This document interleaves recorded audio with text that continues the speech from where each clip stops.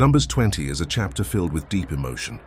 It marks the beginning of Israel's final year in the wilderness, a year of transition, loss, and important lessons. In this chapter, we see grief, frustration, God's provision, and the consequences of a single moment that forever changed Moses' journey. The death of Miriam, a painful beginning. The chapter opens with a quiet, heavy moment. Miriam died and was buried there. Miriam, Moses' sister, the one who watched over him as a baby, who led Israel in song after the Red Sea, now passes away in the wilderness of Zin.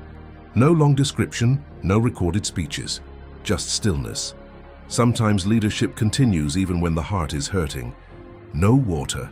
The people complain again. Immediately after Miriam's passing, Israel faces another crisis. No water. The people gather against Moses and Aaron. Why did you bring us into this wilderness? We wish we had stayed where we were. Grief, thirst, and fear mixed together, and the people spoke out of emotion rather than trust. Moses and Aaron did the right thing.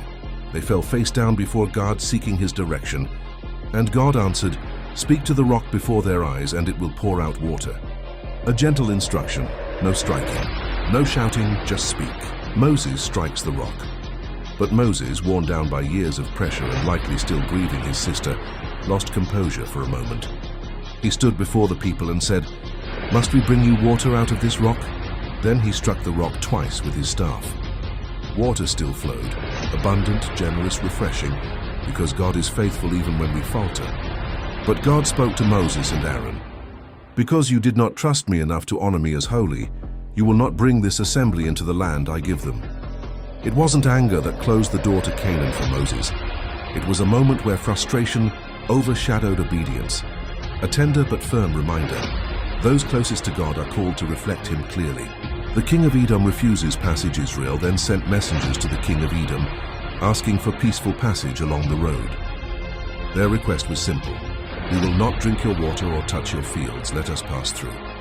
But Edom refused twice, coming out with force to block the way. Israel did not fight. They simply turned aside, showing honor even in rejection. Sometimes God's path includes closed doors, not because of failure, but because he is guiding another way. The death of Aaron, a high priest's final ascent. The chapter ends with one more emotional moment. The Lord told Moses, "Aaron will be gathered to his people. He will not enter the land."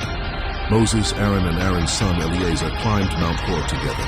There Moses removed Aaron's priestly garments and placed them on Eleazar, symbolizing the passing of spiritual leadership. Aaron's service ended with dignity and peace. He simply went to be with the Lord. The people mourned for 30 days, a national moment of honor and gratitude. The message of Numbers 20. This chapter is a tapestry of human emotion and divine faithfulness.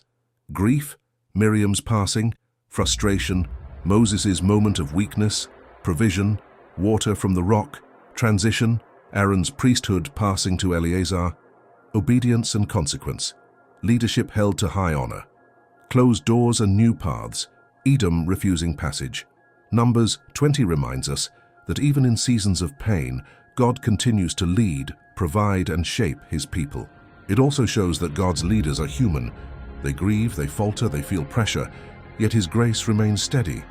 Next comes Numbers 21, where Israel meets new battles, new victories, and the bronze serpent that points directly to Christ.